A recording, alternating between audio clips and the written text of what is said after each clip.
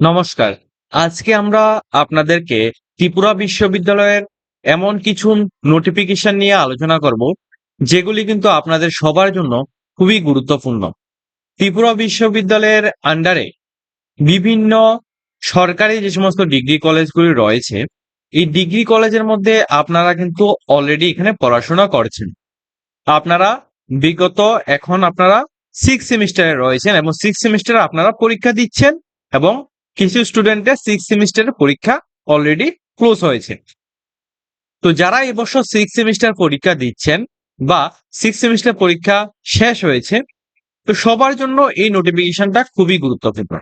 সম্পূর্ণ ডিটেইলসটা আমরা এই ভিডিওর মাধ্যমে ডিসকাস করব। অবশ্যই যারা এখনো পর্যন্ত আমাদের জব সার্টিফিকেট অনলাইন ইউটিউব প্ল্যাটফর্মটিকে সাবস্ক্রাইব করে রাখুন, চ্যানেলটিকে সাবস্ক্রাইব করে পাশের বেল আইকনটিকে অবশ্যই মধ্যে ক্লিক করে রাখবে, যাতে করে প্রত্যেকটা ইনফরমেশনগুলি আমরা দেওয়ার সাথে সাথে যাতে তোমাদের কাছে পৌঁছে যায়।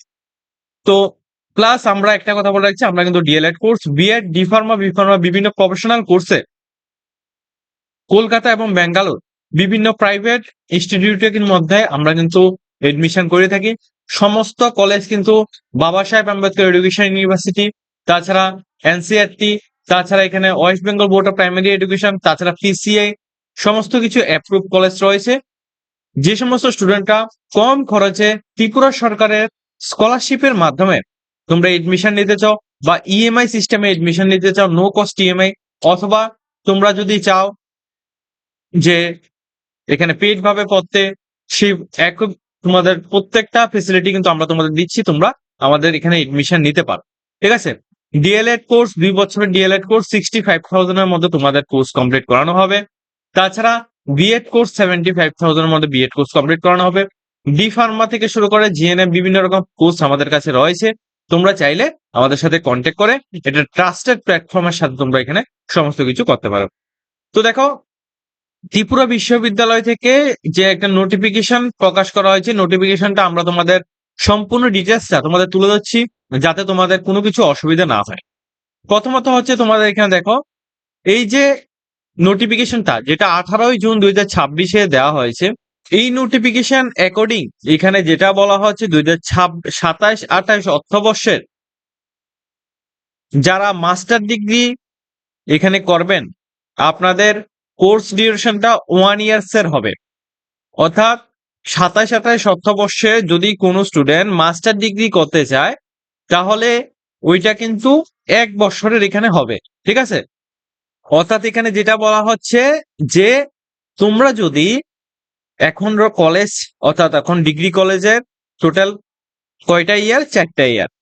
ঠিক আছে, 4টা ইয়ার। এর মধ্যে অনেকে বলছে যে এই 3টা ইয়ার কমপ্লিট করলেই নাকি তারা অনার্স পাস আউট। একদমই না। আমি এই ভিডিওতে সম্পূর্ণ ডিটেলসটা বলবো, সেই জন্য পুরো ভিডিওটা দেখবে। 3 বছরের ডিগ্রি কলেজ, অর্থাৎ 6 সেমিস্টার এখন কিন্তু চলছে। 6 সেমিস্টার পরীক্ষা এখন কিছু কিছু স্টুডেন্টের কমপ্লিট হয়েছে এবং কিছু কিছু স্টুডেন্টের চলছে। তো 6 সেমিস্টার যে পরীক্ষাটা রয়েছে, 6 সেমিস্টার পরীক্ষা হওয়ার পর তোমাদের একটা ক্রেডিট মার্ক তুমি যদি এখানে পাও, তাহলে তুমি 4 বছরের যে অনার্স কোর্সটা রয়েছে ওইটা তুমি করতে পারবে।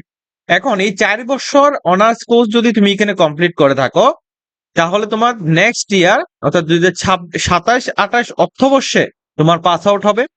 এই 27-28 অর্থবর্ষ যখন তুমি পাস আউট হবে, তুমি যেখানে পোস্ট গ্রাজুয়েট অর্থাৎ পিজি যেটা করবে, সেটা তোমাদের 1 বছরের হবে। ঠিক আছে।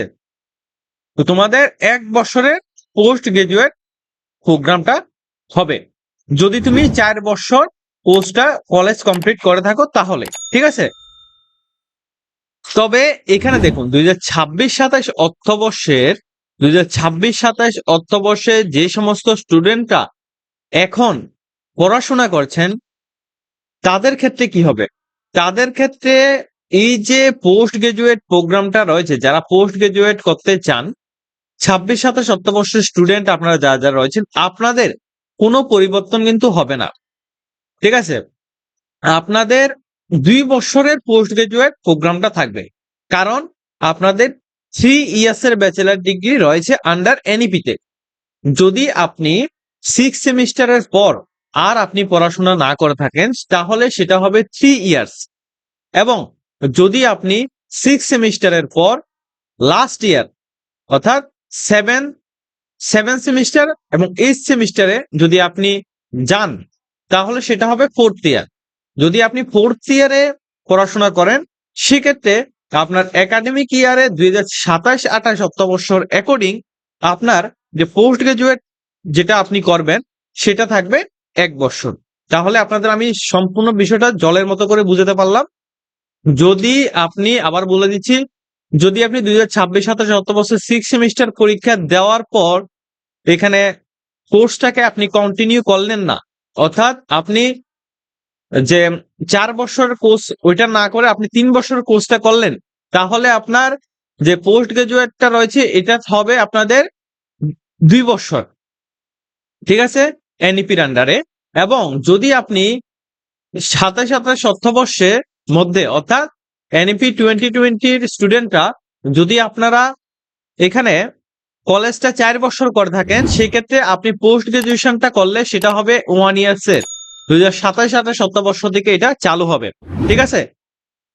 এখন আমি আপনাদেরকে এখানে বলে দিচ্ছি এই যে 4th ইয়ারে আপনারা যে পড়বেন তাহলে আপনারা কারা কারা এই 4th ইয়ার এর মধ্যে আপনারা যেতে পারবেন। এমন নয় যে 4th ইয়ারের মধ্যে সমস্ত স্টুডেন্টরা যেতে পারবে, কারণ 3 বছরের কোর্স যেটা রয়েছে আপনার, যেটা কলেজের মধ্যে 3 বছর আপনার পড়াশোনা করেছে সেটা হচ্ছে পাস কোর্স অর্থাৎ জেনারেল কোর্স। এখন আপনি যদি অনার্স করতে চান তাহলে আপনার দুইটা রয়েছে, একটা হচ্ছে ব্যাচেলার ডিগ্রি উইথ অনার্স আর একটা হচ্ছে bachelor degree with honours in research, দুইটা রয়েছে। এখন দুইটার মধ্যে আপনারা কোনটা কিভাবে করতে পারবেন সেটা সম্পর্কে আমি আপনাদের সহজ ভাষায় বুঝিয়ে দিচ্ছি। আর এখানে দেখুন, এখানে এটাও বলা হয়েছে যে যারা bachelor degree in with honours এর মধ্যে পড়বেন আপনাদের সেমিস্টার 7 যেটা রয়েছে সেমিস্টার 7 এর মধ্যে ওই সেমিস্টারেও কিন্তু দুইটা ওই ইয়ারেও কিন্তু অর্থাৎ 4th ইয়ারে কিন্তু দুইটা সেমিস্টার থাকবে, একটা থাকবে 7 আর একটা থাকবে 8। এবং 7 এর মধ্যে মেজর থাকবে মেজর 17, 18, 19 এবং 20। মেজর পেপার থাকবে 4টি, মাইনর পেপার থাকবে 1টি, ঠিক আছে। এবং ক্রেডিট থাকবে 4 করে, টোটাল 20 ক্রেডিট, 60 প্লাস 40 মার্ক এখানে রয়েছে, ঠিক আছে। এরপর যেটা তো আপনাদের 8 সেমিস্টার যেটা আপনার রয়েছে 4th ইয়ারের 8 সেমিস্টার, ওইখানে আপনাদের মেজর থাকবে 21, 22, 23, 24 অর্থাৎ 4টি মেজর পেপার থাকবে এবং মাইনর পেপার থাকবে 1টি যেটা 8 নাম্বার। টোটাল ক্রেডিট থাকবে 20 ক্রেডিট উইথ 60 প্লাস 40 মার্ক, ঠিক আছে। তাহলে আপনারা বুঝতে পারছেন যে যদি আপনারা 4 বছরের এখানে অনার্স কোর্সে অনার্স নিয়ে পড়াশোনা করতে চান তাহলে আপনাদের এখানে কতগুলি পেপার থাকবে এবং কোন কোন সেমিস্টারে কত ক্রেডিট থাকবে, কত মার্ক থাকবে সেটা আমি আপনাদের এখানে বুঝিয়ে দিলাম। আর এখানে যে 60 এবং 40 যেটা বলা হচ্ছে 60 মার্ক হচ্ছে এখানে লিখিত পরীক্ষা আর 40 মার্ক যেটা হচ্ছে আপনাদের ইন্টারনাল এক্সাম, ঠিক আছে। আপনারা যেটা আগে ছিল ওইভাবে এটা থাকবে আর কি। তো এখানে 40 মার্ক যেটা ইন্টারনাল আর একটা 60 মার্ক যেটা রয়েছে ওইটা আপনার লিখিত পরীক্ষা, এভাবে। এখন দেখুন আরো একটা বিষয় যেটা হচ্ছে course name bachelor degree with honours in research. যারা এটা করবেন bachelor degree with honours in research যারা করবেন তাদের ক্ষেত্রে এই যে 7 সেমিস্টারে মেজর থাকবে 17, 18, 19, 20 এবং মাইনর থাকবে 1টি পেপার, অর্থাৎ মেজর পেপার থাকবে 4টি আর মাইনর পেপার থাকবে 1টি, ঠিক আছে। Total 20 credit, 60, 40 mark. 60 মার্ক হচ্ছে এখানে লিখিত পরীক্ষা, 40 মার্ক হচ্ছে ইন্টারনাল পরীক্ষা। আর 8 সেমিস্টারে মেজর থাকবে 21, মেজর থাকবে 1টি পেপার, মাইনর থাকবে 1টি পেপার, 8 পেপার এবং 1টি পেপার থাকবে রিসার্চ প্রজেক্টের উপর, ওইখানে 12 ক্রেডিট এখানে থাকবে, অর্থাৎ 12 ক্রেডিট এখানে থাকবে। টোটাল 20 ক্রেডিট, 60, 40, ঠিক আছে। 60 মার্ক হচ্ছে এখানে লিখিত আর 40 মার্ক হচ্ছে আপনাদের ইন্টারনাল। তাহলে আপনারা বুঝতে পারছেন যে যদি আপনি bachelor degree with honours research যদি আপনি করে থাকেন সেক্ষেত্রে উপরেরটা মোটামুটি সেম রয়েছে আর নিচেরটার মধ্যে লাস্ট সেমিস্টারে আপনাদের মেজর পেপার একটি থাকবে, মাইনর পেপার একটি থাকবে, আরেকটা রিসার্চ প্রজেক্টের উপর 12 ক্রেডিট এখানে থাকবে। ঠিক আছে, এখন আমি আপনাদেরকে এটা বলবো যে এই যে আপনারা দুইটি কোর্স, অর্থাৎ আপনারা 3 বছরের কোর্স কমপ্লিট করার পর, অর্থাৎ 3 বছরের ডিগ্রি কমপ্লিট করার পর আপনারা 4 বছরের ডিগ্রি এখন করবেন। তো এই যে ফোর্থ ইয়ারে আপনারা কারা কারা পড়াশোনা করতে পারবেন সেটা সম্পর্কে আমি আপনাদেরকে বলবো।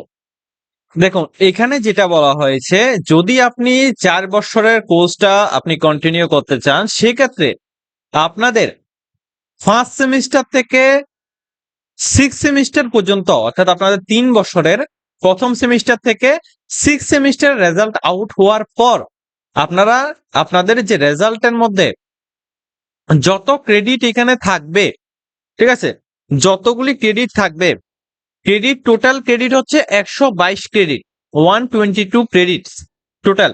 যেমন মার্কশিটের মধ্যে বা এডমিটের মধ্যে আপনারা যখন ফর্ম ফিল আপ করেছেন বা এডমিট এগুলি করেছেন, তখন আপনারা দেখবেন ওইখানে ক্রেডিট লেখা থাকে। সমস্ত সাবজেক্টের একটা ক্রেডিট 4 এমন বা 8 করে এমন করে ক্রেডিট লেখা থাকবে, 2 করে।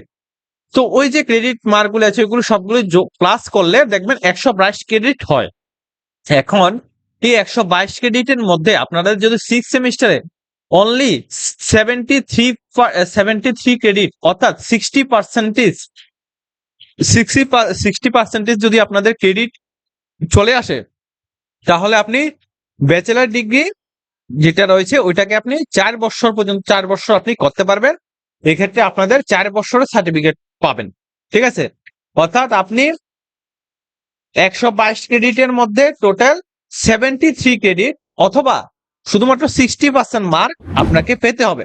যদি আপনি 60% মার্ক পেয়ে যান 6 সেমিস্টারে, অথবা 73 ক্রেডিট আপনি এখানে পেয়ে যান, তাহলে আপনি কিন্তু 4 বছরের কোর্সটা কমপ্লিট করতে পারবেন। এই ক্ষেত্রে এখানে 4 বছরের কোর্সের মধ্যে এখানে কি একটা কথা বলা হয়েছিল, দুইটা কোর্স এখানে দেওয়া হয়েছিল। একটা হচ্ছে ব্যাচেলার ডিগ্রি ইন অনার্স, আর একটা হচ্ছে bachelor degree with honours in research. আমি শুধুমাত্র বলেছি ব্যাচেলার ডিগ্রি ইন অনার্স এর জন্য, যেটার মধ্যে শুধুমাত্র 60% মার্ক হলেই হলো, অর্থাৎ 73 ক্রেডিট হলে আপনি ব্যাচেলার ডিগ্রি ইন অনার্স, অর্থাৎ আপনি এখন অনার্স নিয়ে পড়তে পারবেন। আর যদি আপনি bachelor degree with honours in research করতে চান, সেক্ষেত্রে আপনার প্রত্যেক সেমিস্টার মিলে, অর্থাৎ সমস্ত সেমিস্টার মিলে 6 সেমিস্টারে আপনার স্কোর আসতে হবে 7.5 সিজিপিএ, এটা আসতে হবে। অর্থাৎ আপনার মার্ক 75 মার্কস, সিজিপিএ বলতে কি 75 মার্কস যদি আপনাদের থাকে, তাহলে আপনি bachelor degree with honours in research এই কোর্সটার মধ্যে আপনারা কনভার্ট করতে পারবেন। ঠিক আছে, অর্থাৎ আপনি পড়াশোনা করতে পারবেন। সম্পূর্ণ ডিটেলসটা জলের মতো করে বুঝিয়ে দিলাম। যদি আপনাদের কোনো কিছু বুঝতে অসুবিধা হয় অবশ্যই আপনারা কমেন্ট করবেন, আমরা আপনাদের কমেন্টের রিপ্লাই অ্যাকর্ডিং আমরা আপনাদের নেক্সট ভিডিও করে দেবো। ঠিক আছে, আজকের মতো ভিডিওটা এই পর্যন্ত রয়েছে। যদি আপনার ভিডিওটা ভালো লাগে সবাই কিন্তু লাইক করবেন, শেয়ার করবেন, বন্ধুদের সাথে ভিডিওটাকে শেয়ার করে সবাইকে এই বিষয়টা জানার জন্য এখানে পৌঁছে দেবেন।